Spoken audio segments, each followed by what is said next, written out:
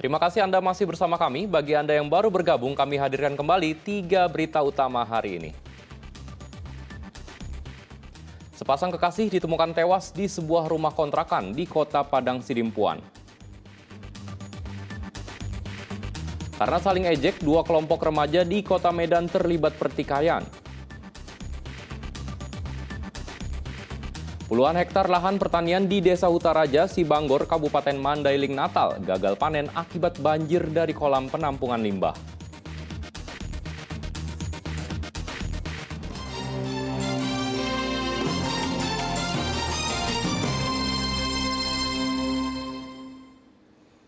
Diduga kolam penampungan limbah meluap, puluhan hektar lahan pertanian di Desa Hutaraja, Sibanggor, Kabupaten Mandailing, Natal gagal panen.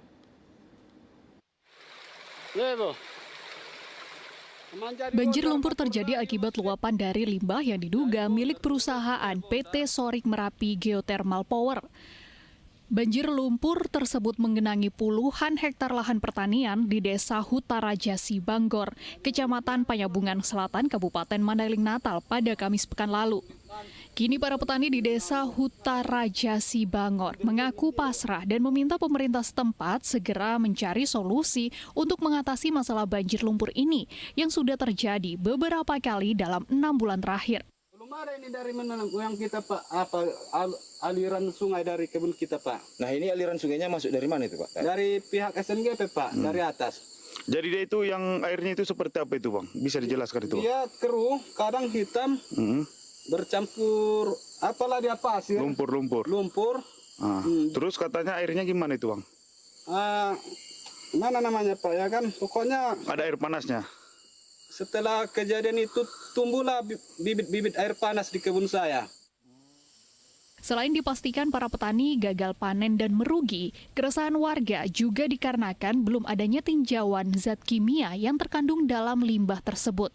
Warga khawatir ada kandungan berbahaya di dalamnya. Ines Mara melaporkan dari Kabupaten Mandailing, Natal.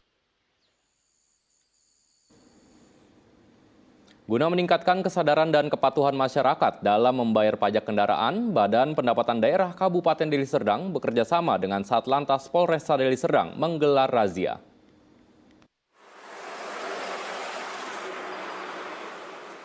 Unit Pelaksanaan Teknis Samsat Lubuk Pakam bekerja sama dengan Badan Pendapatan Daerah dan Satlantas Polresta Deli Serdang menggelar razia gabungan di Jalan Lintas Sumatera di Kecamatan Lubuk Pakam, Kabupaten Deli Serdang. Hasilnya puluhan kendaraan terjaring razia penunggak pajak. Tak hanya itu, mobil dinas berplat merah pun ikut terjaring penunggak pajak. Terlihat salah satu mobil, plat nomornya mati sejak tahun 2021, namun masih beroperasi. Razia ini bertujuan untuk meningkatkan kesadaran dan kepatuhan masyarakat melaksanakan kewajibannya membayar pajak kendaraan bermotor dan menutupi pendapatan daerah Kabupaten Deli Serdang. Kegiatan razia tersebut untuk mendata dan memberikan sanksi teguran. Diadakannya razia ini diharapkan ada peningkatan pembayaran pajak. Kira-kira berapa persen sih Bu ini menurunnya pendapatan pajak itu? Kalau menurunnya masih belum, kalau persentasenya itu kalau sekarang sekitar 30% lah. Ada sebanyak 34 kendaraan bermotor yang terdata menunggak pajak.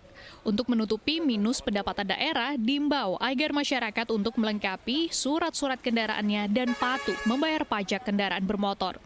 Muhammad Hamdani melaporkan dari Deli Serdang. Di Parapat terdapat rumah singgah Soekarno yang ditempati saat masa agresi militer kedua pada 1948 hingga 1949.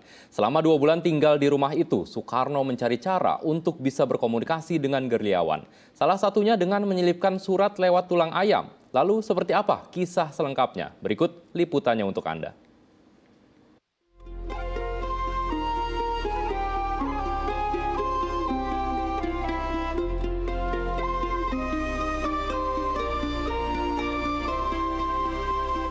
Saya Saya berada di rumah Pasanggerahan Bung Karno, letaknya di Parapat, Kabupaten Simalungun. Namun untuk mengetahui bagaimana cerita di dalam rumah Pasanggerahan ini, saya akan bertemu dengan Pak Zami yang menjadi pengurus dan perawat dari rumah Pasanggerahan. Pak, ini kan menjadi tempat persinggahannya Soekarno ya pada zaman 48, ya betul. Waktu agresi Belanda kedua. Agresi Belanda kedua. Kami boleh tahu nggak lokasi-lokasi yang itu atau salah satunya kamarnya Pak Soekarno di mana? Bung Karno. Kalau kamar Bapak yang ini yang ditutup. Oh, yang ini. Kamarnya Bung Karno ini apakah memang selalu tertutup atau kita boleh lihat atau seperti apa Pak sebenarnya? Kalau kamarnya Bapak ini selalu tertutup dan ini jarang dibuka, paling kalau dibuka dibersihin. Tepat di seberang kamar Bung Karno ada kamar Agus Salim. Berbeda dengan kamar Bung Karno yang terbatas izinnya, kamar Agus Salim terbuka untuk umum dan bisa digunakan untuk menginap para tamu dan pejabat. Sebenarnya apa sih yang membuat akhirnya Soekarno ataupun Pak Agus Salim itu ke sini? Jadi sejarahnya, dulu waktu terjadi agresi Belanda kedua, Presiden Soekarno, Kiai Haji Agus Salim, Sultan Syahrir, Bung Hatta ditangkap sama tentara Belanda. Setelah itu beliau diasingkan ke Sumatera. Sebelah sana saya lihat ada beberapa foto, mungkin bisa diceritakan bagaimana sejarahnya, makna fotonya, atau kapan sih sebenarnya foto-foto ini diambil? Jadi ini foto Bapak waktu diasingkan di sini, tepatnya di bulan Januari tahun 1949. Kalau yang di bawah ini foto Presiden Soekarno, Kiai Haji Agus Salim, Sultan Syahrir waktu di Tanah Karo di Brastagi, tepatnya di Desa Lagumba, Bukit Kubu. Kenapa sampai dibuangnya jauh banget ke Sumatera ataupun ke daerah lain seperti itu saat itu? Jadi tujuannya Presiden Soekarno diasingkan yang pertama itu adalah memutuskan komunikasi antara beliau dengan para pemimpin yang lain. Tujuan yang kedua membujuk Presiden untuk membatalkan proklamasi. Sempat Presiden dikasih hadiah karena beliau tidak mau menandatangani surat untuk membatalkan proklamasi. Hadiahnya itu berupa 1 peti uang golden ditambah 1 peti pakaian mewah. Tapi beliau tetap dengan pendiriannya, sampai kapanpun hadiah ini tidak akan kami terima. Akhirnya beliau memberi jawaban yang luar biasa. Beliau bilang, tunggu dulu, coba kami tanya sama anak-anak kami. Kalau anak-anak kami mau terima hadiah ini dan mau menandatangani surat ini, barulah nanti terakhir kami bertiga tanda tangan. Dari situ timbullah pertanyaan tentara Belanda, siapa anaknya dan di mana posisinya. Dijawab sama Presiden, anak-anak kami dari Sabang sampai Merauke. Yang dimaksud anak-anak sama beliau itu adalah rakyat, karena beliau adalah pemimpin. Kalau rakyat Indonesia mau menandatangani surat ini, barulah nanti kami terakhir tanda tangan. Dan itu tidak memungkinkan.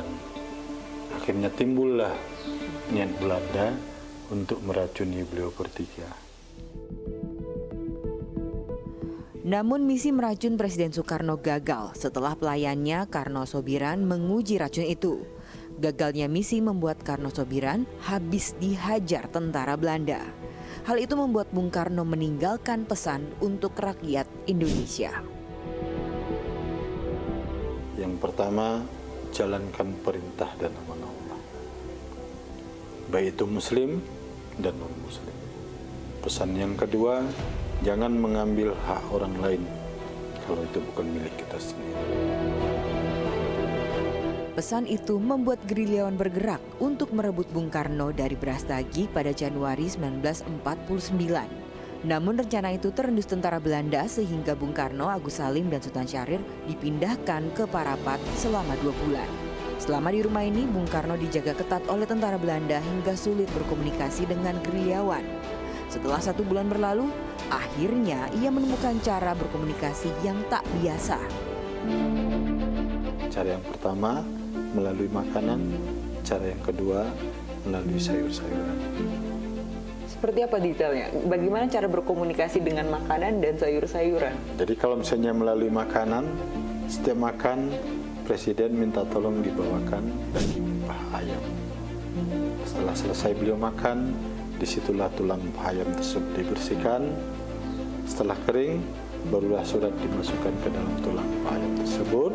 Setelah itu ditaruh di dalam rantang tempat makan beliau, barulah Presiden berpesan sama yang melayani beliau di sini. Itu ada khusus untuk di dalam rumah, namanya kakek Ludin, marganya Tindawan.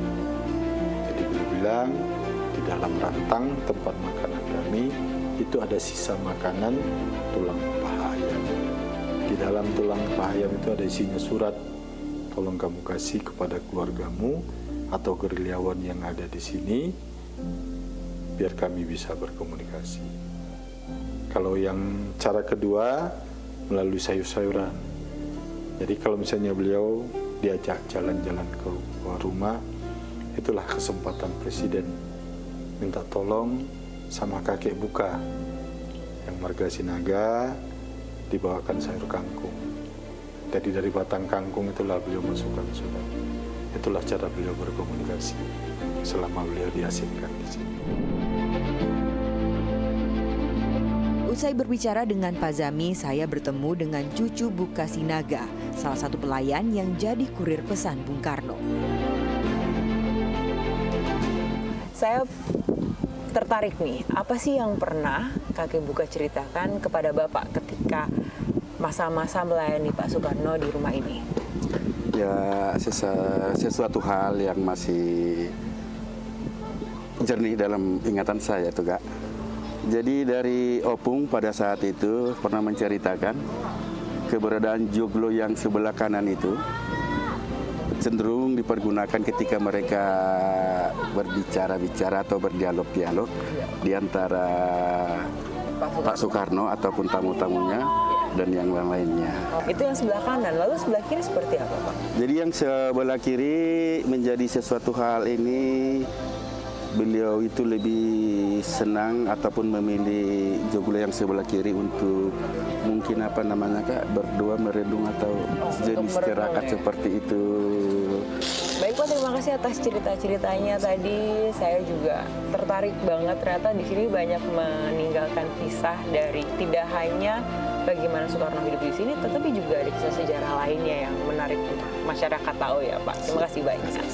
Ya tadi merupakan bagaimana perjalanan Soekarno berada di rumah pesanggrahan ini, dan banyak banget kisah yang bisa kita ambil. Salah satunya adalah ternyata Soekarno memang memegang teguh negara ini hingga mau ditawarkan apapun ia tidak mau atau menolak akan hal itu. Nadia Kartika, Muhammad Gaddafi melaporkan dari Simalungun.